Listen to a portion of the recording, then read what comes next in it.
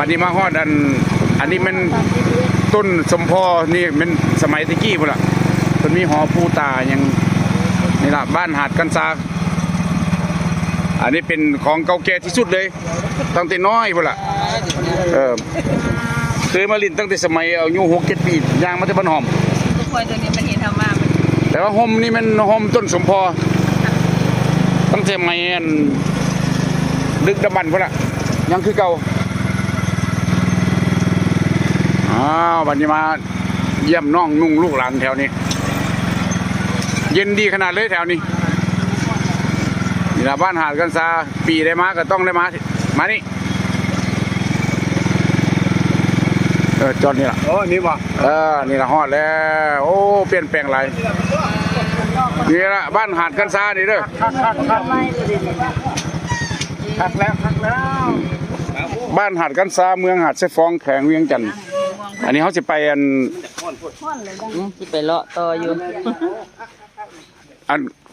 บอนนี่แหละบอนโฮมโพบอนนั่นเพิ่นมีหอปูตาเป็นอย่างตะกี้ต้นสมพอเบิ่งเด้อแต่ต้นโพซุมนี้มันหาก็ใหญ่ปี2019มายังน้อยอยู่ต้นโฮมโพตัวนี้และเพิ่นยังอุดมสมบูรณ์แบบประเพณีธรรมชาติแต่ก่อนมีต้นกระพุกต้นยังเป็นป่าเป็นดงแต่ก่อนน่ะนี่แหละเด้อนี่เป็นต้นสมพอ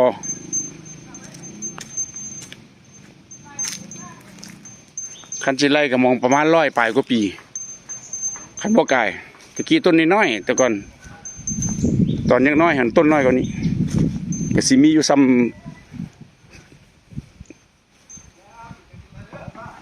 ำมัน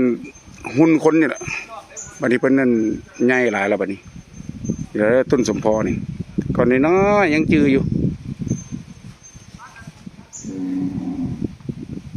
แต่ก่อนต้นนี้นี่จะซ้ำตัวนี้อันนี้เราเป็นต้นสมพอนี่อันนี้เป็นตั้งแต่ดึกดำบรรพ์แล้วนี่100 ปลายกว่าปีต้นสมนี่ห่มเย็นหลายอยู่ในเวียงในใส่กระห้อนบาดเข้ามาแถวนี้เย็นดีไรนี่ละแต่ก่อนดงป้าตัวนี้มีแต่ต้นกระปุกนี่เนี่ยต้นกระปุกนี่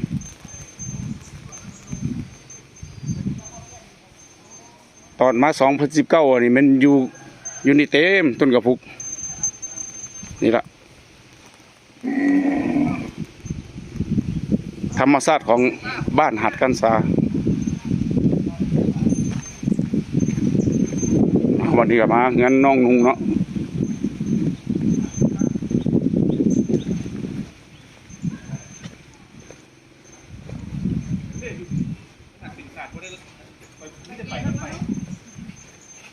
เย็นดีอันนี้เราเวียงโขงมาดิบ่เป็นผู้วงนะโอ้เป็นเบาละโอ้มาเป็นเบาไว้แท้แม่ได้เงียนเบิ่งแล้วว่าโอ้มันผู้สาวนี่ก็จะเป็นเต็มแล้วนี่วงทรงนี่อันนี้ก็เป็นหลานชายผู้วงน้องเวียงโขงเวียงโขงเกิดไปอยู่ญี่ปุ่นแล้วเดี๋ยวนี้